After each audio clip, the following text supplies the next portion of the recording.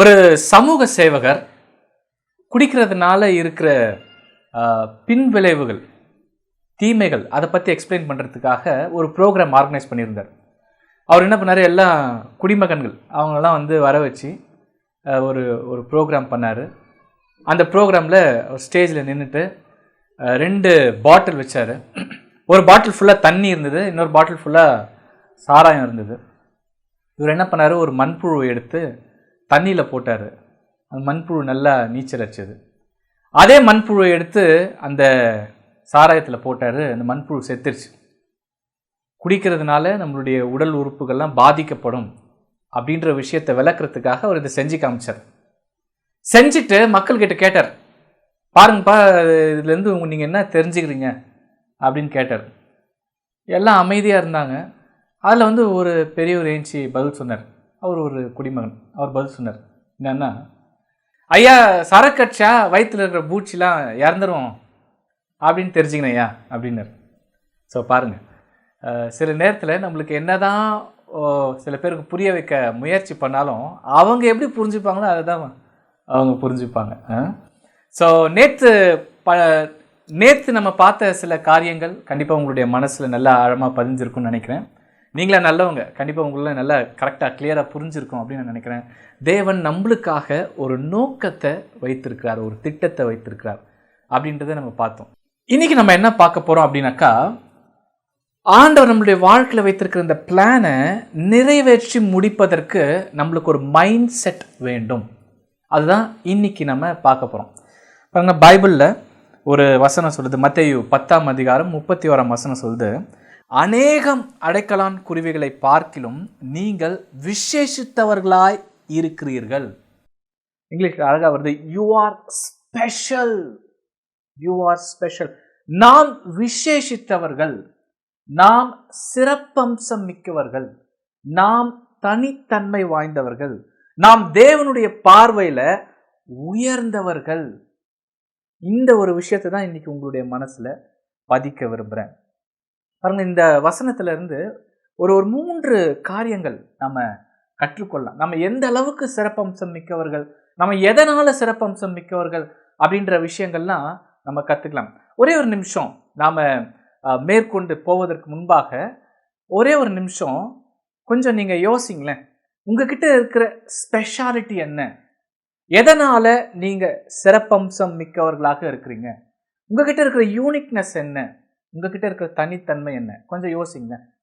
நான் எப்பவுமே இந்த மாதிரி கேள்விகள் கேட்கும்போது சில பேர் சொல்லுவாங்க, சார் நான் வந்து நல்லா கீபோர்டு வாசிப்பேன், நான் நல்லா பாடுவேன், எனக்கு நல்ல குரல் வளம் இருக்குது, நான் நல்லா பாடுவேன். சில பேர் சொல்லுவாங்க, நான் நல்லா டிராயிங் வரைவேன். சில பேர் சொல்லுவாங்க, என்னால் நல்லா பேச முடியும், நான் நல்லா பழகுவேன், நான் யாராக இருந்தாலும் ஈஸியாக அவங்கக்கிட்ட நான் பேசுவேன், இந்த இன்டர்பர்சனல் ஸ்கில் என்கிட்ட இருக்குது. சில பேர் சொல்லுவாங்க, நான் நல்லா படிப்பேன், நான் பயங்கரமான படிப்பாளி அப்படின்வாங்க. ஸோ உங்களுடைய சிறப்பம்சம் என்ன? உங்களுடைய விசேஷித்த தன்மை எதில் நீங்கள் ஸ்பெஷல்? எதனால் நீங்கள் ஸ்பெஷல்? ஒரே ஒரு நிமிஷம் யோசிங்க. ஒரே ஒரு நிமிஷம் யோசிங்க. ஓகே, ஸோ நீங்கள் யோசிச்சிருப்பீங்கன்னு நான் நினைக்கிறேன். பைபிளில் எதனால் நம்ம ஸ்பெஷல் அப்படின்ற விஷயத்த நம்ம பார்க்க போகிறோம். ஒரு 3 காரியம் நம்மளை தனித்தன்மை வாய்ந்தவர்களாக, சிறப்பம்சம் மிக்கவர்களாக, விசேஷமானவர்களாக, ஸ்பெஷலானவர்களாக மாற்றுகிறது. ஸோ எதனால நம்ம ஸ்பெஷல்? பைபிள் சொல்லுது, ஆதியாகமம் 1ஆம் அதிகாரம் 26வது வசனத்துல, தேவன் தம்முடைய சாயலாக மனுஷனை சிருஷ்டித்தார், அவனை தேவ சாயலாகவே சிருஷ்டித்தார், ஆணும் பெண்ணுமாக அவர்களை சிருஷ்டித்தார். இன்னைக்கு படைக்கப்பட்டிருக்கிற ஆணும் பெண்ணும் தேவ சாயலாக இருக்கிறோம் அப்படின்றது தான் இந்த வசனம் நம்மளுக்கு சொல்ற ஒரு காரியம். தேவ சாயலாக பாருங்க, இது ஒரிஜினல் டெக்ஸ்ட்ல இந்த சாயலாக அப்படின்ற வார்த்தைக்கு சிலைகள் அப்படின்ற ஒரு பதம் பயன்படுத்தப்பட்டிருக்கிறது. சிலைகள். ஆண்டவர் நம்மளை எப்படி படைத்திருக்கிறார்னா, நம்ம எல்லாருமே ஒரு சிலைகள் மாதிரி படைத்திருக்கிறாராம். இதை யோசிச்சு பார்க்கும்போது நம்மளுக்கு ஒன்றுமே புரிய மாட்டேங்குது. என்னடா இது, நம்மள போய் சிலைகள் அப்படின்றாரு, ஸ்டாச்சூஸ் அப்படின்றாரு, சிலைகள் எப்படி இது அப்படின்ட்டு நம்மளுக்கு ஒன்றுமே புரியாது. இதற்கு பழங்காலத்தில் ராஜாக்கள் ஆட்சி செய்த அந்த காலகட்டத்தில் எப்படி காரியங்கள்லாம் நிலவிற்று அப்படின்றத நம்ம தெரிஞ்சுக்கிட்டாக்கா இந்த வார்த்தையினுடைய, இந்த டெக்ஸ்டினுடைய அர்த்தம் நம்மளுக்கு புரியும். பழங்காலத்தில் ராஜாக்கள் பெரிய பெரிய நிலப்பரப்பை ஆளுகை செய்து வந்தார்கள். அவங்க பெரிய ராஜாக்களாக இருந்தாங்க. அவங்களால ஃபிசிக்கலாக, ப்ராக்டிக்கலாக அவங்களுடைய நாட்டு மக்களை எல்லாரையுமே போயிட்டு பார்க்க முடியாத ஒரு சூழ்நிலை இருந்தது. பெரிய நிலப்பரப்பை அவங்க ஆளுகை செய்து வந்தார்கள். இப்போ நாட்டில் இருக்கிற மக்களுக்கு தங்களுடைய ராஜா யார், அவர் எப்படி இருப்பாரு அப்படின்ற தெரியாத ஒரு சூழல் நிலவினது. ராஜாக்கள்லாம் யோசிச்சாங்க, இந்த பிரச்சனை எப்படி நம்ம தீர்க்கிறது, நம்மாலையும் இந்த பிரச்சனை எல்லாம் எப்படி நம்ம தீர்க்கிறது, நம்மாலையும் ப்ராக்டிக்கலா எல்லாரையும் போய் பார்க்க முடியாது. ஆனா அதே நேரத்தில் மக்களும் தங்களுடைய ராஜா யார், எப்படிப்பட்டவர் அப்படின்றத தெரிஞ்சுக்கணும். இதுக்கு என்ன பண்ணலாம் அப்படின்னு யோசிக்கும் போது ஒரு ஐடியா அவங்க செயல்படுத்தினாங்க. என்ன அப்படின்னாக்கா, அந்த ராஜாக்களை மாதிரியே சிலைகளை செய்து அவங்க ஆளுகை செய்கிற எல்லா கிராமத்திலையும் நகரத்திலையும் எல்லா இடங்கள்லையும் அந்த ராஜாவினுடைய சிலைகளை வைத்தாங்க. வைத்தபொழுது அந்த நாட்டு மக்கள் ராஜா எப்படி இருப்பாருன்றது தெரியாது. ஆனா இந்த சிலைகளை பார்க்கும் பொழுது தன்னுடைய ராஜா இப்படிதான் இருப்பாருன்றத அந்த சிலையை பார்த்து தெரிந்து கொள்வார்கள். இதுக்காக ராஜாக்கள் என்ன பண்ணாங்கன்னா சிலையை நிறுவினார்கள். இன்னைக்கு இந்த வசனம் சொல்லுது, ஆண்டவர் நம்மளை சிலைகளாக ஏற்படுத்தி இருக்கிறார். அதுக்கு என்ன அர்த்தம் அப்படின்னாக்கா, கடவுள் பிராக்டிக்கலாக இந்த உலகத்துல எல்லா இடத்துக்கும் போக முடியாது. அதற்காக தான் நம்மை அவர் ஏற்படுத்தி, நாம படிக்கிற ஸ்கூல்ல, காலேஜஸ்ல, நம்ம வேலை செய்கிற கம்பெனியில், நாம் பிஸ்னஸ் பண்ணுற இடங்கள்ல, எல்லா இடங்கள்லையும் அவருடைய சாயலை பிரதிபலிக்கிற ஒரு உயிருள்ள சிலைகளாக கடவுள் நம்மளை ஏற்படுத்தி, நம்ம பார்க்கிற ஜனங்கள் எதை பார்ப்பாங்க அப்படின்னாக்கா தேவ சாயலை பார்ப்பாங்க. நீங்கள் உங்களுடைய காலேஜில், உங்களுடைய ஒர்க் பிளேஸில் உங்களை பார்க்குறவங்க அப்படியே இயேசு கிறிஸ்துவை பார்க்குற மாதிரி இருக்கணும். அதனால தான் ஆண்டவர் இந்த வார்த்தையை பயன்படுத்தியிருக்கிறார். நம்மளை அவர் சாயலாக படைத்திருக்கிறார், அவரை போலவே படைத்திருக்கிறார். ஸோ நம்ம எதனால் விசேஷித்தவர்கள், ஃபஸ்ட்டு விஷயம் நம்ம எதனால் விசேஷித்தவர்கள் அப்படின்னு கேட்டிங்கன்னா, நம்ம தேவ சாயலாக படைக்கப்பட்டிருக்கிறோம். அதுதான் நம்முடைய விசேஷித்த தன்மையாக இருக்கிறது. அந்த ஒரு விஷயந்தான் நம்மளை ஸ்பெஷலாக மாற்றுகிறது. ரெண்டாவது ஒரு விஷயம், நம்ம எதனால் விசேஷித்தவர்களாக இருக்கிறோம் பாருங்க. இதே வசனம் இங்கிலீஷில் அழகாக வருது. Fear not, therefore you are of more value than many sparrows.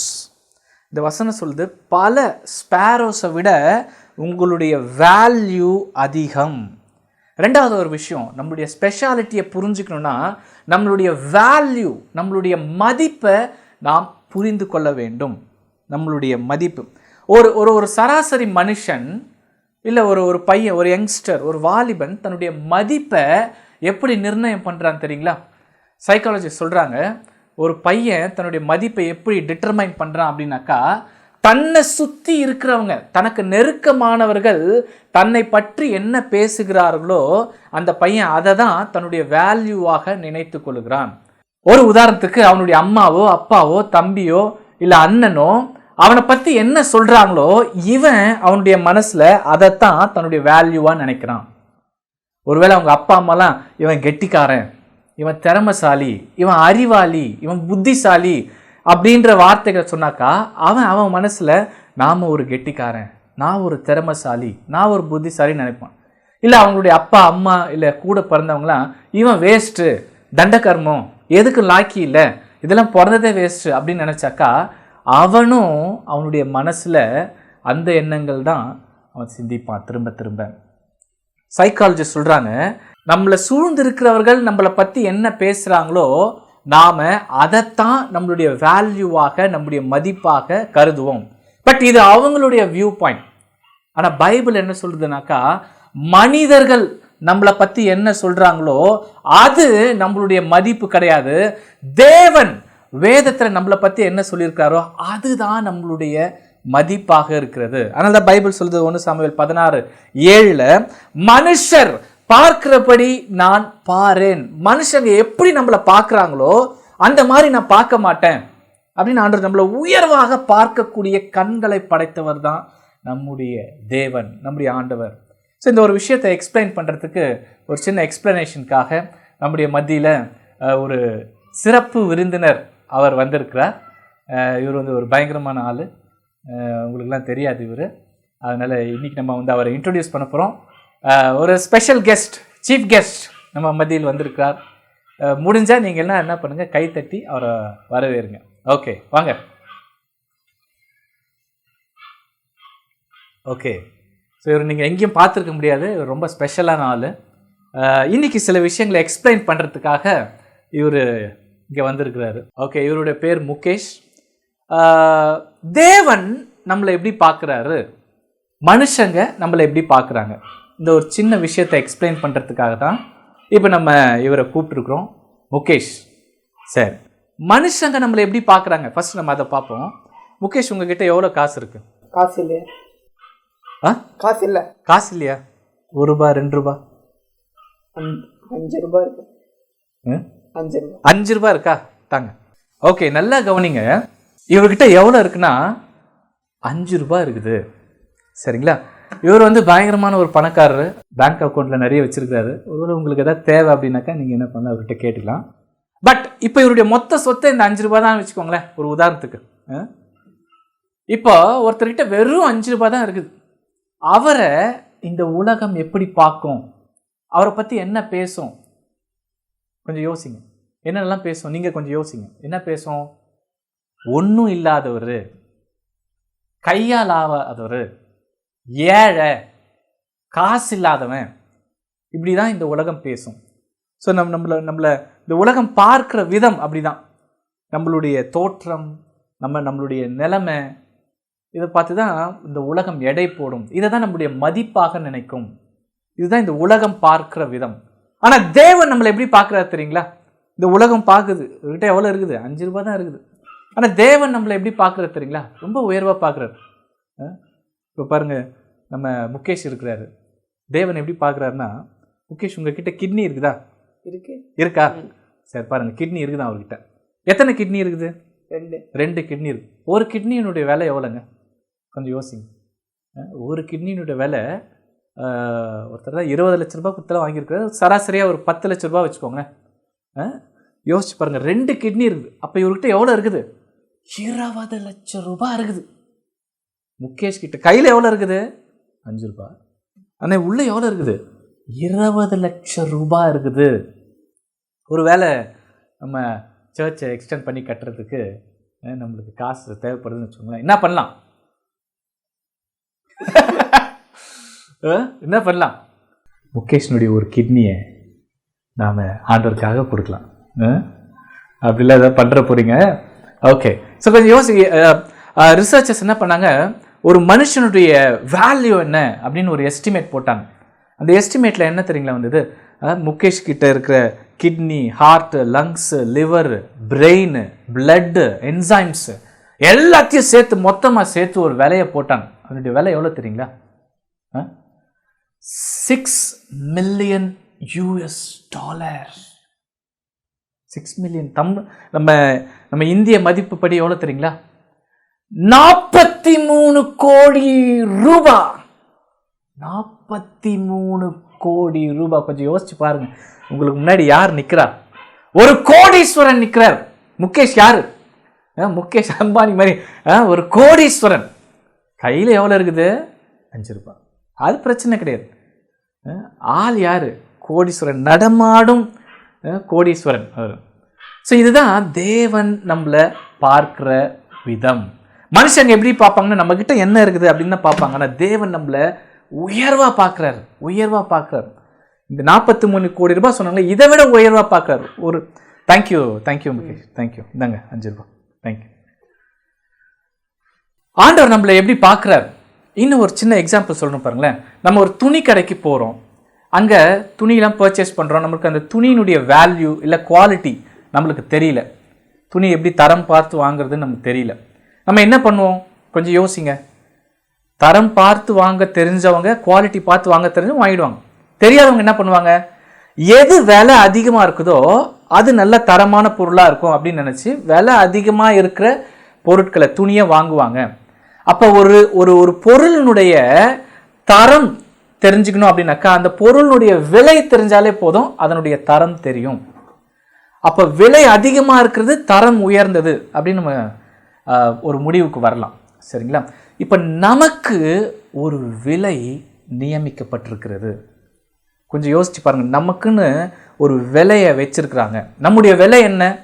நம்முடைய விலை என்னன்னா 1 ரூபாய், 2 ரூபாய், 1 கோடி, 2 கோடி. நம்முடைய விலை என்ன அப்படின்னாக்கா இந்த உலகத்தை படைத்த, அண்ட சராசரத்தை படைத்த அந்த கடவுளுடைய ரத்தம் நம்மளை மீட்கும்படியாக, மீட்கும் பொருளாக சிந்தப்பட வேண்டும். யோசிச்சு பாருங்க. கடவுளுடைய ரத்தத்தை விலை கிரயமாக கொடுத்து நம்மளை மீட்டிருக்கிறாங்க. பைபிள் தான் சொல்லுது. அப்போ யோசிச்சு பாருங்க. நம்மளை மீட்கும்படியாக கடவுளே அவருடைய ரத்தத்தை தரணும் அப்படின்னாக்கா கடவுளுடைய பார்வையில் நம்ம எவ்வளவு விசேஷித்தமானவர்களாக நம்ம இருக்கிறோம். எவ்வளோ விசேஷித்தமானவர்களாக நம்ம இருக்கிறோம். ஸோ ஃபஸ்ட்டு விஷயம், எதனால் நம்ம ஸ்பெஷல்? நம் தேவ சாயலாக படைக்கப்பட்டிருக்கோம். ரெண்டாவது விஷயம், எதனால் நம்ம ஸ்பெஷல் அப்படின்னாக்கா கடவுள் நம்மளை உயர்வாக பார்க்கிறார். அவர் தன்னுடைய ரத்தத்தையே சிந்தி நம்மளை மீட்டிருக்கிறாரு. அதனால தான் அவருடைய பார்வையில் நம்ம ஸ்பெஷலாக இருக்கிறதுனால, அவர் நம்மளை வேல்யூ மிக்கவராக, மதிப்பு மிக்கவராக பார்க்கறதுனால நம்ம ஸ்பெஷலாக இருக்கிறோம். மூணாவது ஒரு விஷயம், எதனால் நம்ம ஸ்பெஷல் அப்படின்னாக்கா, ஸோ நம்ம ஆரம்பத்திலே சொன்னோம் இல்லைங்களா, எதனால் நீங்கள் ஸ்பெஷல் அப்படின்னு சொல்லும்போது எல்லாருமே வந்து சில விஷயங்கள் யோசிச்சிருப்பீங்க. எனக்கு பாட தெரியும், எனக்கு நல்லா படிக்க தெரியும். இதெல்லாம் என்னன்னாக்கா வாட் வி ஹாவ், நம்மக்கிட்ட என்ன இருக்குது, என்ன திறமை இருக்குது, என்ன பொருட்கள் இருக்குது, நம்ம என்ன படிச்சிருக்கோம், இதை வச்சு நம்ம சொல்கிற விஷயங்கள் வாட் வி ஹாவ். எது வரைக்கும் நீங்கள் ஸ்பெஷலாக இருப்பீங்க? ஒரு உதாரணத்துக்கு நம்மளுடைய சர்ச்சில் ஒருத்தர் கீபோர்ட் போடுறாருன்னு வச்சுக்கோங்களேன், கீபோர்டு வாசிக்கிறாருன்னு வச்சுக்கோங்களேன். எது வரைக்கும் அவர் ஸ்பெஷலாக இருப்பார் கீபோர்டு வாசிக்கிறதுல? எது வரைக்கும் அப்படின்னாக்கா அவரை விட சிறப்பாக வாசிக்கிறவர் அவருடைய வாழ்க்கையில் வர வரைக்கும் அவர் நம்பர் 1 இருப்பார், ஸ்பெஷலாக இருப்பார். என்னைக்கு அவரை விட நல்லா வாசிக்கிறவர் ஒருத்தர் வராரோ, இல்லை அவரை விட நல்லா பாடுறவர் ஒருத்தர் வராரோ, இல்லை நம்மளை விட நல்லா படிக்கிறவங்க ஒருத்தங்க வராங்களோ, அன்னைக்கே நம்ம 2ஆவதாக மாறிடுறோம். ஸோ வாட் வி ஹாவ், நம்மக்கிட்ட என்ன திறமை இருக்குது, என்ன படிப்பு இருக்குது, இதை வைத்து நம்மளுடைய சிறப்பம்சம் தீர்மானிக்கப்படுவதில்லை. வாட் வி ஹாவ், இதை வைத்து நம்முடைய சிறப்பம்சம் தீர்மானிக்கப்படுவதில்லை. who we are, அதை வச்சு தான் நம்முடைய சிறப்பம்சம் தீர்மானிக்கப்படுகிறது. ஓகே, ஒரு சிம்பிள் உதாரணம் சொல்கிறேன் பாருங்களேன். இப்போ என் கையில் ஒரு கர்ச்சீஃப் இருக்குது. இதனுடைய விலை எவ்வளோ இருக்கும் கொஞ்சம் யோசிங்க. ஒரு 50 rupees இருக்குன்னு வச்சுக்கோங்களேன். சில வருஷங்களுக்கு முன்னாடி ஒரு செலிப்ரிட்டியினுடைய கர்ச்சீஃப், ஒரு பெரிய ஆளுனுடைய கர்ச்சீஃப் இறந்துட்டார். அவருடைய கர்ச்சீஃப் விலை போச்சு, கிட்டத்தட்ட 10 லட்ச ரூபாய் கொடுத்து ஒருத்தர் வாங்கியிருக்கிறாங்க. இப்போ யோசிங்க, நம்ம வச்சிருக்கிற கர்ச்சீஃப் இதனுடைய விலை எவ்வளோ? 50 ரூபாய். அவர் வச்சிருந்த கர்ச்சீஃப் அதனுடைய விலை எவ்வளோ கொடுத்து வாங்கியிருக்கிறாங்க? 10 லட்ச ரூபாய் கொடுத்து ஒருத்தர் வாங்கியிருக்கிறாரு. கொஞ்சம் யோசிங்க, இதனுடைய பயன்பாடு என்ன? கொஞ்சம் யோசிங்க, இதனுடைய மேக் என்ன? எதனால் இது செய்யப்பட்டது? இதுவும் வந்து நூல்னால செய்யப்பட்டது. அவருடைய கர்ச்சீஃப் என்ன தங்க இழைகள்னால செய்யப்பட்டிருக்குமா? இல்லை, அதுவும் நூல்னால செய்யப்பட்டிருக்குது. அப்போது எப்படி இது செய்யப்பட்டிருக்கிறது? ரெண்டுமே ஒன்று தான். இது எதுக்கு பயன்படுது? இது எதுக்கு, இந்த கர்ச்சீஃப் எதுக்கு பயன்படுது? எனக்கு கொஞ்சம் வேர்வெல்லாம் வந்தால் தொடச்சிக்கிறதுக்கு பயன்படுது. சில நேரத்தில் எதுக்கு பயன்படுது? கோல்டு பிடிச்சதுன்னா இதுக்கு பயன்படுது. கொஞ்சம் யோசிச்சு பாருங்க, அவர் எதுக்கு பயன்படுத்தியிருப்பார்? அவர் தங்க சிலைகளை துடைக்கிறதுக்கு அவரும் வேர்வை துடைச்சிருப்பாரு, சில நேரத்தில் மூக்கை துடைச்சிருப்பார். அதை தான் ஒருத்தர் என்ன பண்ணியிருக்காரு? 10 லட்ச ரூபாய் கொடுத்து வாங்கிட்டு போயிருக்காரு. எதனால செய்யப்பட்டது? ரெண்டும் ஒன்று தான். எதற்கு பயன்பட்டது? ரெண்டும் ஒன்று தான். ஒரே காரியத்திற்காக தான் பயன்பட்டது. ஆனால் ஏன் இந்த கர்ச்சீஃப்னுடைய விலை 50 ரூபாய், அந்த கர்ச்சீஃப்னுடைய விலை 10 லட்ச ரூபாய்? ஏன் யோசிச்சு பாருங்க. ஏன் அப்படின்னாக்கா இது நம்ம வச்சிருக்கிறோம், அதனால இதனுடைய விலை 50 ரூபாய். அதை அவர் வச்சிருந்தாரு. அப்ப ஒரு பொருள் எதனால செய்யப்பட்டது அது அதனுடைய மேன்மை கிடையாது. ஒரு பொருள் எதற்கு பயன்படுகிறது அது அதனுடைய மேன்மை கிடையாது. அது யாரிடத்துல இருக்கிறது, அது யாருடையதாக இருக்கிறது, அதை யார் வைத்திருக்கிறாங்க, அதுதான் அதனுடைய மேன்மையை, மதிப்பை, ஸ்பெஷாலிட்டியை டிட்டர்மைன் பண்ணுது. பாருங்க, பைபிள் சொல்லுது, 1 யோவான் 3:2 சொல்லுது, நாம் தேவனுடைய பிள்ளைகளாக இருக்கிறோம். அப்போ நம்ம யாரு? நம்மளுடைய ஸ்பெஷாலிட்டி என்ன அப்படின்னாக்கா, நம்ம கிட்ட என்ன இருக்குது அது நம்முடைய ஸ்பெஷாலிட்டியை தீர்மானிக்கிறது கிடையாது. நாம் யாருடையவர்களாக இருக்கிறோம்? நாம் தேவனுடையவர்களாக இருக்கிறோம் அப்படின்னு வசனம் சொல்லுது. நம்மளுடைய ஸ்பெஷாலிட்டி எது? நாம் தேவனுடைய பிள்ளைகளாக இருப்பது தான் நம்முடைய சிறப்பம்சம். ஒரே ஒரு கதை மட்டும் சொல்கிறோம். ஒரு கதை சொல்கிறேன் பாருங்களேன்.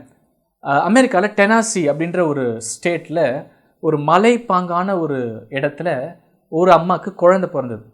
எல்லா குழந்தைகள் பிறக்கிற மாதிரி தான் அந்த குழந்தையும் பிறந்தது. ஆனால் எல்லா குழந்தையும் வளர்ந்தா மாதிரி அந்த குழந்தை வளரல. ஏன் அப்படின்னாக்கா, அந்த குழந்தை பிறந்த உடனேயே அவங்களுடைய அப்பா அவங்களுடைய அம்மாவை விட்டுட்டு போயிட்டாங்க. அவங்களுடைய அம்மாவை விட்டுட்டு போயிட்டாங்க.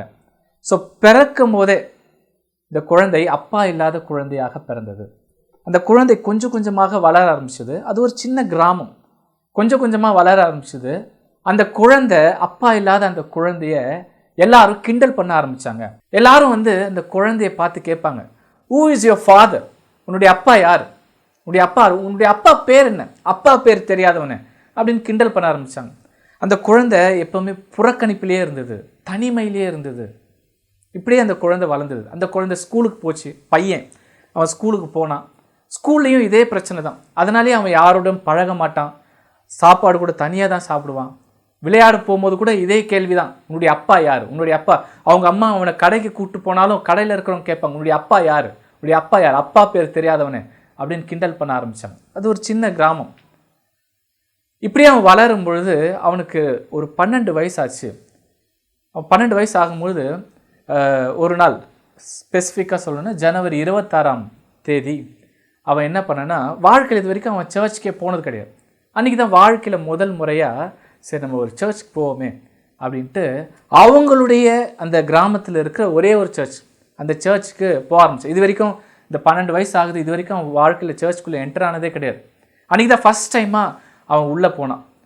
உள்ளே போகும்பொழுது அவனுக்கு ஒரு பயம். என்ன அப்படின்னாக்கா, ஊர் சுற்றி எங்கே போனாலும் உன்னுடைய அப்பா யார், ஹூ இஸ் யுவர் ஃபாதர் அப்படின்னு கேட்ட தொல்லை பண்ணுறாங்க. அதனால் நம்ம என்ன பண்ணுவோம், சபை இந்த சர்வீஸ்லாம் ஆரம்பித்த உடனே நம்ம உள்ளே போவோம். அதே மாதிரி சர்வீஸ் முடியறதுக்கு முன்னாடியே நம்ம என்ன பண்ணுவோம்னா எஸ்கேப் ஆகி வெளியே வந்துடுவோம் அப்படின்ட்டு அவன் முடிவு பண்ணிவிட்டு சர்வீஸில் ஆரம்பித்த உடனே உள்ளே போனான். போயிட்டு உட்காந்தான். அன்னைக்குன்னு பார்த்து அந்த சர்ச்சில் ஒரு புது பாஸ்டர் வந்தார். அவருக்கு அந்த மக்களை பற்றியோ அந்த இடங்களை பற்றியோ யாரை பற்றி எதுவுமே தெரியாது. அதான் ஃபஸ்ட் டைமாக அவர் அந்த சர்ச்சுக்கு வந்தார். முன்னாடி இருந்த பாஸ்டர் வேறு இடத்துக்கு போயிட்டார். ஸோ இந்த புது பாஸ்டர் சர்ச்சினுடைய சர்வீஸ்லாம் நடத்தினார். நல்லா சூப்பராக இருந்தது. இந்த பையனும் அந்த சர்வீஸில் கலந்துட்டான். அவன் மனசுக்கு ரொம்ப ஆறுதலாக இருந்தது, ரொம்ப நல்லா இருந்தது. இப்போது முடிகிற ஸ்டேஜ் வந்தது. இப்போ இந்த பையன் கொஞ்சம் சுதாரிச்சிட்டான். முடிஞ்சிட்ட உடனே அவன் அங்கே இருந்தாக்கா எல்லாரும் பார்த்து கேட்பாங்க, கிண்டல் பண்ண ஆரம்பிப்பாங்க. Who is your father? உங்களுடைய அப்பா யாருன்னு கிண்டல் பண்ண ஆரம்பிப்பாங்க. அதனால் இவன் என்ன பண்ணனா, அந்த சர்வீஸ் முடிகிற அந்த ஸ்டேஜில், ஃபைனல் ஸ்டேஜில் இவன் எழுந்து ஸ்லோவாக அந்த சர்ச்சுக்கு வெளியே போவதற்காக அந்த என்ட்ரன்ஸை நோக்கி வர ஆரம்பித்தான்.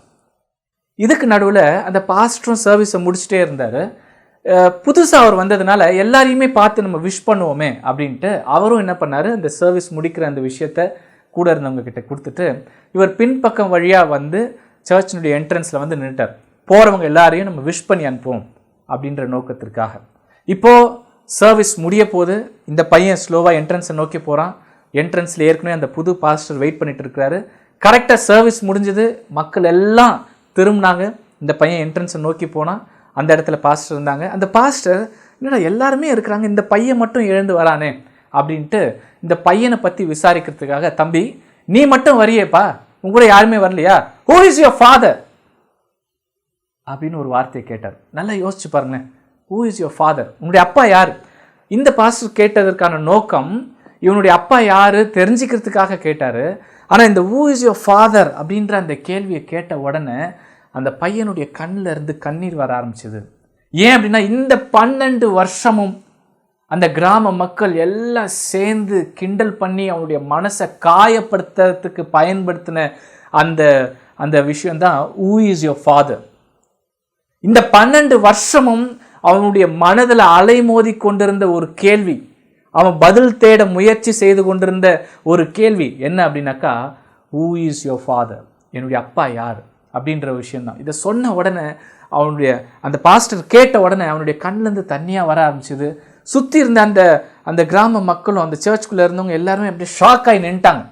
அவங்களுக்கும் ஒன்றும் புரியல, என்ன சொல்கிறதுன்னு அவங்களுக்கும் ஒன்றும் புரியல. இந்த பாஸ்டர் பார்த்தோன்னே சரி நம்ம ஏதோ ஒரு விஷயம் தப்பு பண்ணிட்டோம் போல இருக்குது, ஏதோ ஒரு பிரச்சனை நடக்குது அப்படின்ட்டு சுதாரித்து கொண்டு அந்த பாஸ்டர் ஒரு வார்த்தை சொன்னார். என்ன அப்படின்னாக்கா, தம்பி, I know who your father is. உன்னுடைய அப்பா யாருன்னு எனக்கு தெரியும். உன்னுடைய அப்பா யாருன்னா, இந்த உலகத்தை அண்ட சராசரத்தை படைச்ச இந்த கடவுள் தான் உன்னுடைய அப்பா அப்படின்னார். வாழ்க்கையில முதல் முறையா தன்னுடைய பயாலஜிக்கல் ஃபாதர் யாரு, உண்மையா பெற்றெடுத்த அப்பா யாரு அப்படின்றது அந்த பையனுக்கு தெரியாது. ஆனா வாழ்க்கையில முதல் முறையா தனக்கும் ஒரு பரம தகப்பன் இருக்கிறார் அப்படின்ற விஷயத்த அந்த பையன் கத்துக்கணும். அவனுடைய வாழ்க்கையில இதுவரைக்கும் அவன் பெற்றிராத ஒரு பெரிய சந்தோஷத்தை, மகிழ்ச்சியை அவன் அந்த ஜனவரி 26ஆம் தேதி அவனுக்கு கிடைச்சது. அதுக்கப்புறம் அவனுடைய வாழ்க்கையை டோட்டலாக மாறிடுச்சு. அவர் ஒரு சிறந்த மனிதனாக உருவாக ஆரம்பித்தான். கிட்டத்தட்ட 29 வருடம் கழித்து அவன் பிறந்த அந்த டெனாசி மாகாணத்திலேயே அந்த பையன் கவர்னராக மாறினான். உண்மையிலே நடந்த சம்பவம். அவருடைய பேர் பென் ஹூப்பர். இந்த பென் ஹூப்பர் 2 முறை கவர்னராக மாறினார். ஆனால் ஒரு ஸ்பெஷலான ஒரு விஷயம் என்னன்னாக்கா, எந்த நாளில் அவர் அந்த டெனாசி ஸ்டேட்டுக்கு கவர்னராக மாறினார்னா, ஜனவரி 26, 1911. எந்த நாளில் கடவுள் தான் தன்னுடைய தகப்பன் என்பதை அறிந்து கொண்டாரோ, எந்த நாளில் தான் தேவனுடைய பிள்ளை என்பதை அறிந்து கொண்டாரோ, எந்த நாளில் கடவுள் தன்னை விசேஷித்தவரை பார்க்கிறார் என்பதை அவர் புரிந்து கொண்டாரோ, அந்த நாளில் தேவன் அவரை உயர்த்தினார். இன்னைக்கு நான் சொல்கிறேன், இன்னைக்கு நான் நம்புகிறேன், இந்த நாளில் நம்ம தெரிஞ்சுக்கிட்டோம், நம்முடைய ஸ்பெஷாலிட்டியை தெரிஞ்சுக்கிட்டோம். இந்த நாளில் உங்களுடைய கேலண்டரில், உங்களுடைய டைரியில் நீங்கள் நோட் பண்ணி வைங்க. நான் கண்டிப்பாக நம்புகிறேன், ஒரு நாள் வரும், இதே நாளில் என்னைக்கு தேவன் உங்களுடைய பரம தந்தை அப்படின்றத நம்ம தெரிந்து கொண்டோமோ, என்னைக்கு நாம் தேவனுடைய பிள்ளைகள் என்பதை புரிந்து கொண்டோமோ, இந்த நாளில் வரும் காலங்களில் ஆண்டவர் நம்மளை உயர்த்த போகிறார். எத்தனை பேர் நம்புறீங்க? இதே நம்பிக்கையோடு நாம் இருப்போம். 3 காரியங்கள் இன்னைக்கு நம்ம கற்றுக்கிட்டோம். எதனால நம்ம விசேஷித்தவர்கள்? நம்பர் 1, நம்ம தேவ சாயலாக படைக்கப்பட்டிருக்கிறோம். எதனால நம்ம விசேஷித்தவர்? கடவுள் நம்ம மேலே வைத்திருக்கிற வேல்யூ அதிகம், நம்முடைய மதிப்பு மிக்கவராக ஆண்டவர் நம்மளை பார்க்குறார். எதனால நம்ம விசேஷித்தவர்கள்? நாம் தேவனுடைய பிள்ளையாக இருக்கிறோம். ஸோ இந்த மைண்ட் செட்டோட நம்ம முடிப்போம். நாளைக்கு இன்னொரு விஷயத்தை நம்ம பார்க்க போகிறோம். தேங்க்யூ. பாய்.